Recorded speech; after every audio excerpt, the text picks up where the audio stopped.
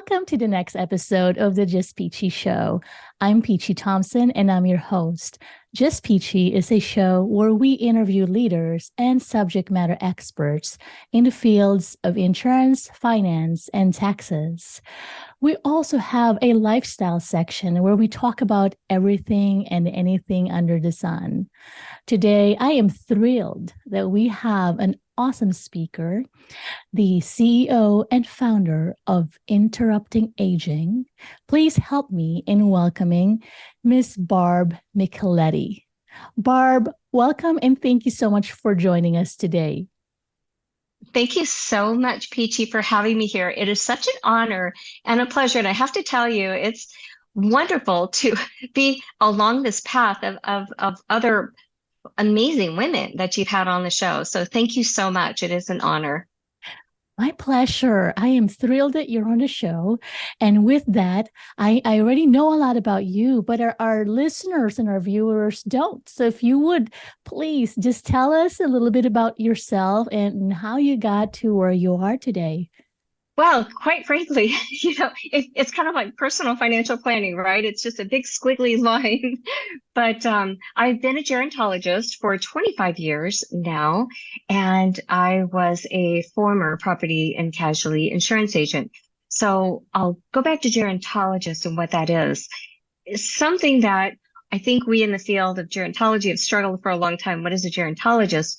Really, a gerontologist is the study of the aging process, but we focus on the older and the elderly folks. And our focus is primarily psychological, physiological, cultural, biological, social. So we are the non-medical part of aging process. Whereas a geriatrician, you've probably heard about or heard of a geriatric care manager or a geriatric care nurse. Mm-hmm. So geriatricians, they're medical doctors who went through regular medical school, got their MD degree, and they took the additional training, learning about the chronic diseases of an older and aging, younger too, but mostly older aging body. And so my dip, and now 25 years later into gerontology, was quite an interesting choice. I didn't exactly find it. It found me. And if we have a minute, I can tell you the story of how I became a gerontologist. Oh, yeah, absolutely. Please. Okay. So I'll take you back to 1995, and I was a teller in a bank, and I was finishing up my undergraduate degree in social psychology, thinking I'm probably going to be a psychologist. As I was working in this bank as a teller, this was in Tucson, Arizona, and as you can imagine, it's a great big retirement community. And so the bank was surrounded by retirement communities. And in the retirement communities, we had several that were our clients. And one in particular, her name is Betty. And Betty was one of my favorite clients. And she would come in all the time, and I'd see her walk in the door, and I'd say, "Hey, Betty, come on over to my window, I'll take care of you." And that went on for a long time.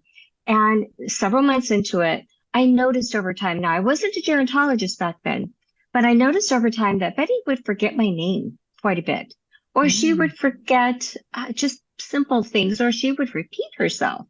And I didn't know what was going on because I wasn't a gerontologist, but I knew something wasn't right. So she came in one day and she said, I saw her at the window, "Hey, come on over to the door, come on over to my window and I'll take care of you." She walked over and she said, "Barb, I need a $10,000 cashier's check." And I said, "Betty, that's a lot of money. Like, this is 1995. Yeah. And I said, "What are you going to do with that cashier's check? Are you going to go on a cruise?" I mean, it's in my mind's eye. I see it so clearly today as I did all those years ago. And I said, "Are you going on a cruise? Are you going to pamper yourself?" And she said, "Oh, no, honey, I'm not going to do that." And then she wouldn't tell me what she was wanting to spend the money on. And I said, "Well, Betty, I kind of have to know because I have to get the branch manager to sign the check.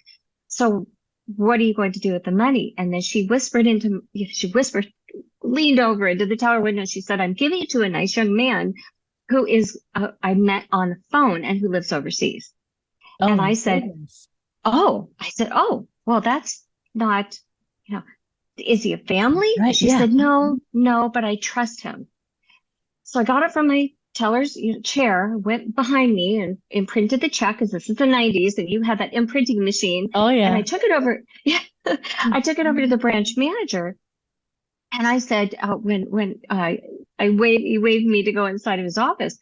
I said, look, I have one of our clients out there who wants a $10,000 cashier's check. She's sending it to somebody overseas she's never met. She's only met on the phone. He's not a family member. I'm really concerned about her because she forgets my name quite often. She forgets just simple conversations that we have, and she repeats herself. Something is wrong. Does she have a trusted contact? And I'll never forget, Peachy. He looked me straight in the eye and he said, no, she doesn't. And it's none of our business who she sends her money to. She can send it and do with what as she pleases.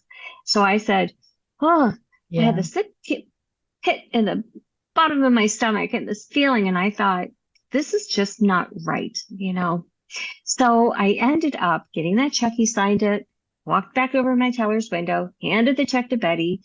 Betty's like, thank you. And she left. And I soon found out that Betty had lost all her money to fraud. So she was frauded. She also, because of diminished cognitive capacity, which we could talk about as well, because of that, her assisted living community where she was living at the time had found some distant relative, way distant relative, to come in and have her car taken away, to have her moved out of her apartment that she was living in and to go into a lockdown facility, and completely took away her dependents and, of course, her checkbook. So it was that point on when I had decided, as I was finishing up my undergraduate degree, that I would become a gerontologist and look to make a meaningful difference in the lives of our older and our elderly adults. And this is just a piece of one of my many stories that I have, is why I became a gerontologist. Yeah. And what a powerful story. And truly, Betty is not a unique situation. Unfortunately, there's a lot of, and some people hear it on the news, there's a lot of elderly who are abused by people who take advantage of that cognitive part. Or sometimes, who knows, maybe they get lonely and they take advantage of the situation. There's just all kinds of stories. So, Barb, thanks for sharing that with our listeners. Let's talk about aging, right? How rapidly is the U.S. population aging? It is more rapidly than we can even wrap our mind around. And it's not only the U.S., it's globally. Here in the U.S., we have, well, here's some numbers. By the year 2030, we're expected to have the U.S. population of those aged 65 and older. 20% of the population is going to be those aged 65 or older. And that is an enormous amount of people. And by the year 2035, here's another major thing that's going to happen. Really, it's just this tectonic shift in population, where for the first time ever, we're going to have more older people than younger people in the United States. And on top of that, living to age 100 really is a new normal. And we call it longevity. I'm sure you've heard that term, and your listeners have heard that term many times, longevity. We really do have longevity thanks to healthcare, thanks to all sorts of, better food supply, better water, and things like that. But we also want to make sure that our health span, living those years, those longer years of life, that we want them to be healthy. And that's something that is just an unknown for many, if not all of us, even as much as we do have capacity to slow down our aging process, we're still aging. And again, we're living longer. And we women have this extra bonus for a variety of reasons. We live longer. And on average, we live longer, 7 to 8 years longer than men. And so it really does, in my mind, aging in that sense is a woman's issue. Well, that's not necessarily a bad thing if you want to, live longer year-wise, right? But the quality of life needs to be there as well, right? Yes, and absolutely. Part of what I wanted to pick your brain on is women in particular and long-term care, right? Aging is an issue. As a woman, what would you say? Are there anything that you'd like to share with our women listeners as far as long-term care and aging is concerned? Such a big question, right? If there's one word that I can sum it up with, it's plan. Plan for these aging issues, because I promise you the majority of these aging issues are going to happen to us. Now, that's not to say that we're going to become demented, or dementia is that umbrella term, right? And under the umbrella of dementia, we could have Alzheimer's, which is by far the of 75% of all dementias of all dementia is Alzheimer's. So we have Lewy body disease and frontotemporal dementia. So we have the greater likelihood of developing something like that. And we do. Unfortunately, the numbers are there. Of the 6 million people here in the United States who are living with Alzheimer's, 2/3 are women. And that is a staggering number that we have to think about. And here's the thing, researchers don't know why. And so that's just one little piece of our longevity puzzle as women that we truly need to think about when it comes to long-term care planning, whether that long-term care means buying an insurance policy, a long-term care insurance policy, and having a plan on top of that long-term care, which I would advocate both. Depending on the age that you're at certain age, for example, my age, 59, I'm beyond, I could get a policy. I would pay a lot of money for that policy. Barb, I thought you were in your 30s. You look like you're in your 30s. So just for the record. I didn't mean to cut you off. So go ahead. I love it. I love it. Well, you have that sweet spot, right? You and I both know, Peachy, in the insurance industry, you've got that sweet spot for where it is you're mitigating your risk in your best scenarios for certain types of products and everything. But getting back to just the long-term care, it is an issue that we do need to think about. And here's the thing also. We women are standing to inherit of the $84 trillion that's being passed down right now to future generations over the next 25 years. And this is according to Cerulli and Associates, which is a major financial industry researcher. 47% of that money is going to women. And we historically have not always been at the financial planning table, right?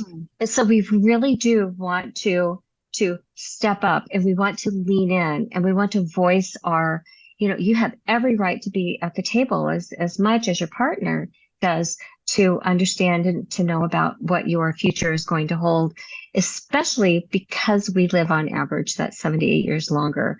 We're going to be the ones holding that bag at the end on our own. Oh yeah, that's a lot of money, right? Those are some solid numbers there.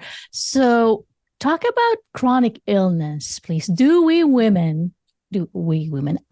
women, develop more chronic conditions than men? And what does that mean for us? Great question, Peachy. I am so glad you brought that up.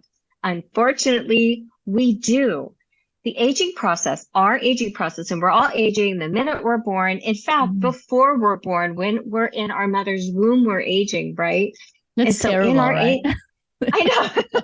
And then we spend our life trying to push back just certain parts of the aging process. But, to remain cognitively healthy and mobile, independent, that's what we always want until the very, very end. But as far as the chronic diseases, we do. Women tend to develop more of them because the aging process in and of itself creates a greater likelihood of developing more chronic diseases.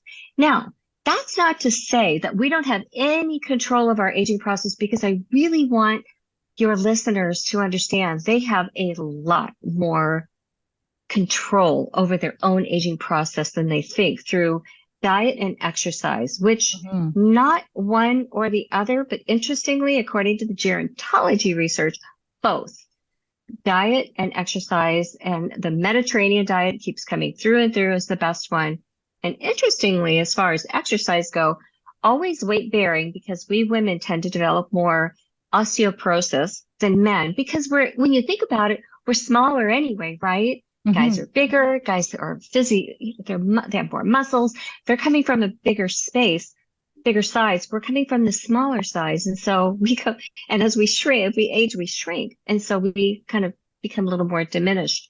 So we do develop these type of chronic diseases that we do need to think about and address.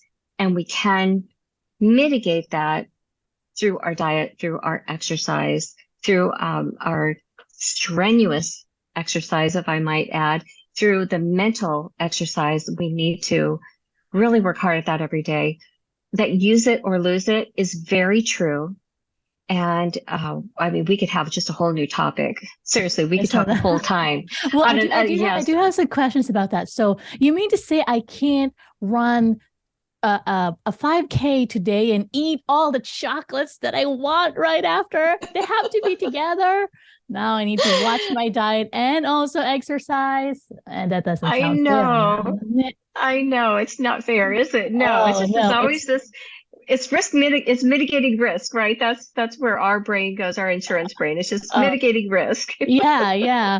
So talk to us. What kind of, it's very, people are, I think nowadays are well aware of, exercise, diet, but there's not a lot of emphasis on your brain power, you lose it or use it. What tips do you have for women in particular, or men who's listening to, for that piece? Another excellent question, Peachy. I mean, you're just really hitting the nail right on the head, because you're zeroing in on the things that we really need to focus on. And that does slow down the aging process. I mean, I can promise you it slows it down.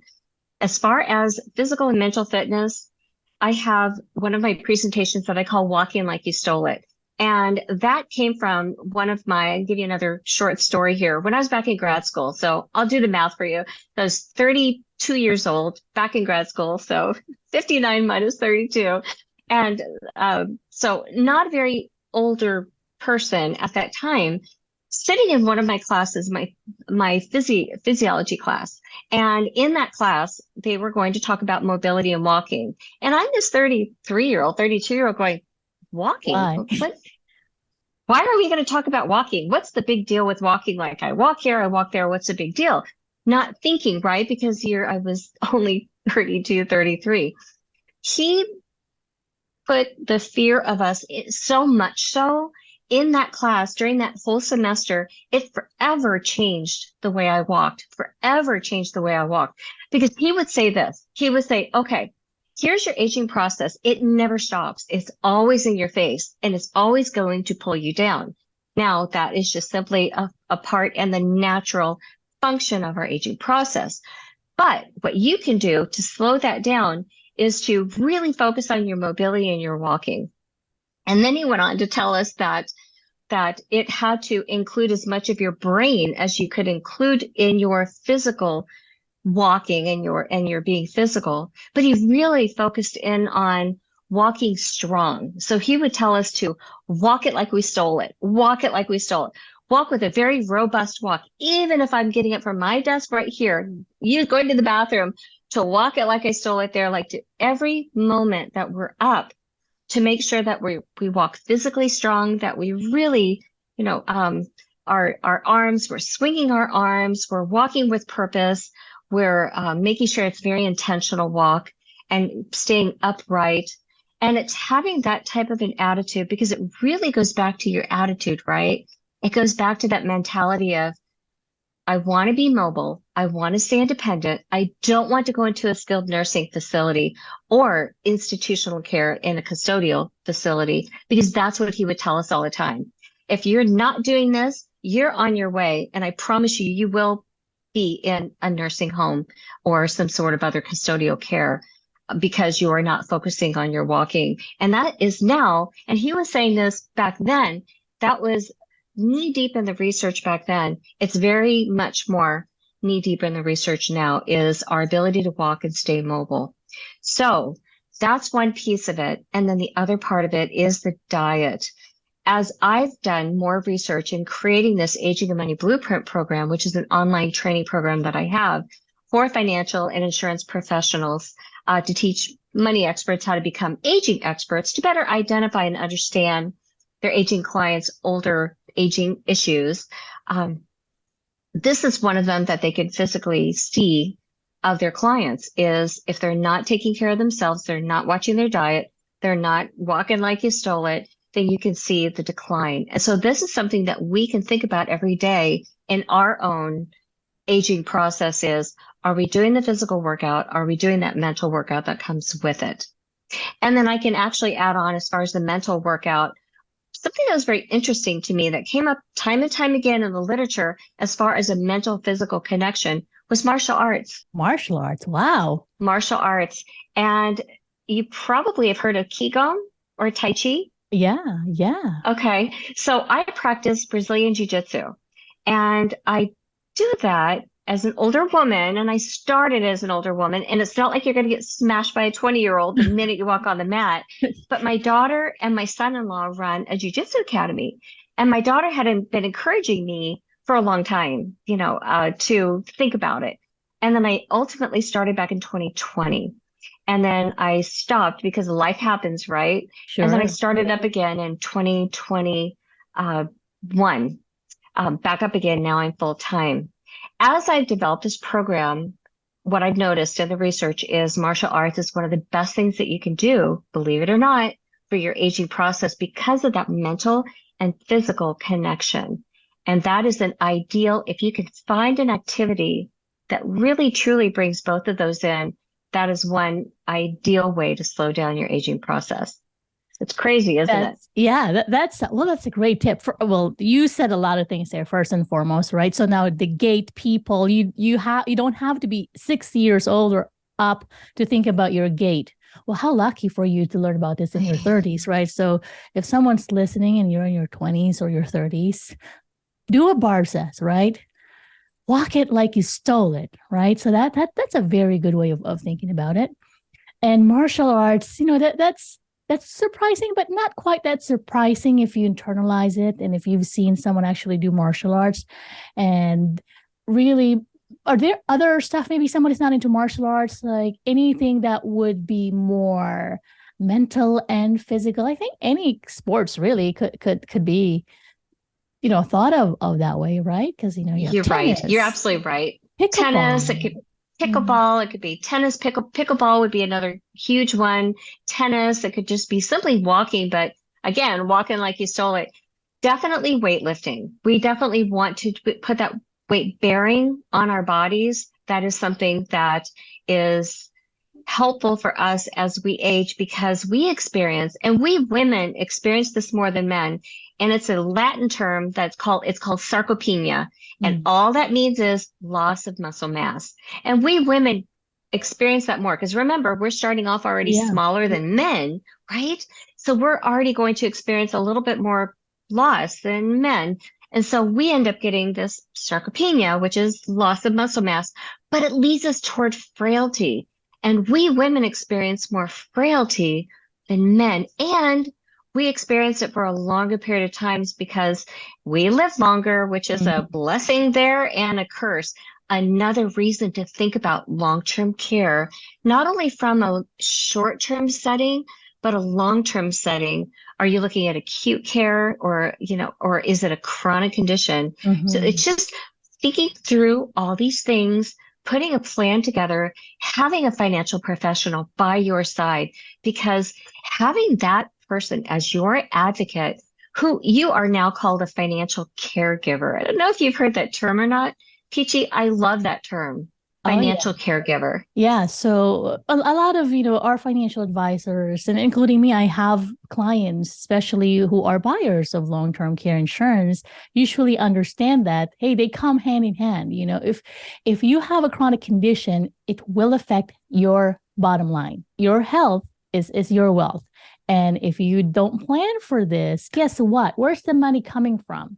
From your savings, from family members, or you burden someone else Exactly. So exactly. I mean, 60% of all U.S. bankruptcies are due to healthcare.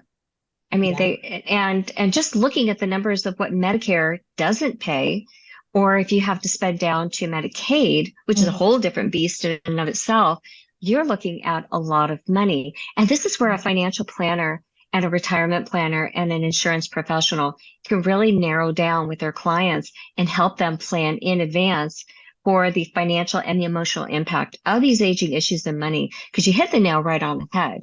These can be very expensive. And our healthcare costs and our spending are ridiculous compared to global numbers of other countries.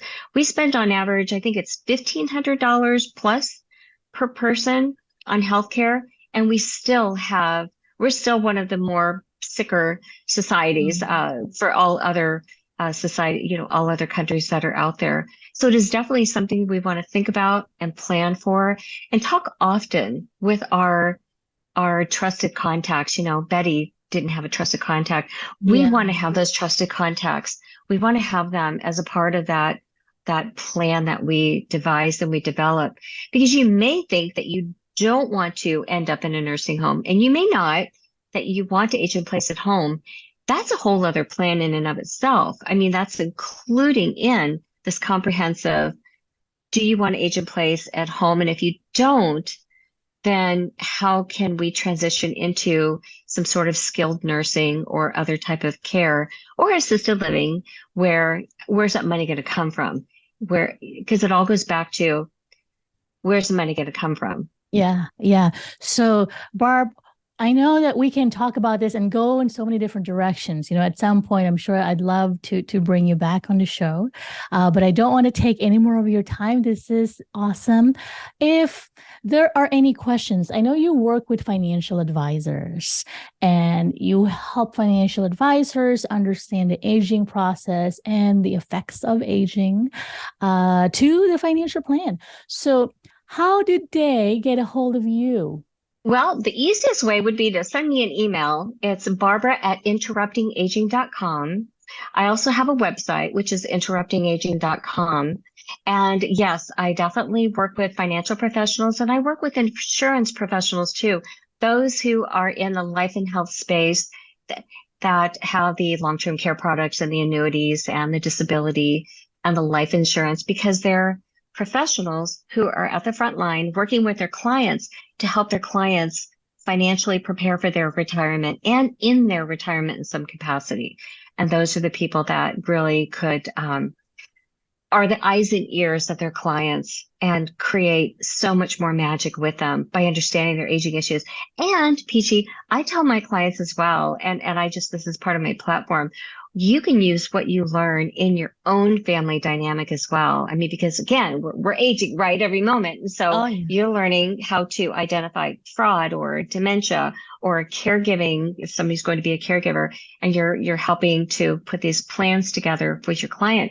You can use it within your own self, your own aging, and your own family dynamic as well. Yeah. So thank you for that. What an excellent closing. So Barb, thank you so much for being on the show. I really appreciate you being here and sharing your knowledge with us. I look forward to the next time we connect. Thank you so much, Peachy. I love what you do, sharing your knowledge, your extensive and vast knowledge of the industry with women and with men here on the show and everything. Thank you so much. Much appreciated. Bye. Bye-bye. Information shared during the show are opinions of the speakers. They are not legal, financial, or tax advice specific to you. Consult your own specialist, attorney, accountant, financial planner, or insurance advisor for your specific situation.